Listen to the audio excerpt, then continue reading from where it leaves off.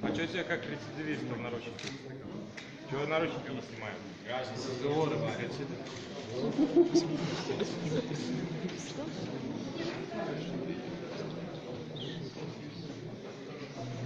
Я думаю, что просто в КДНК? В КДНК, окей. Звичайно, шкільці знімають одразу. Буде спілятку? Клас.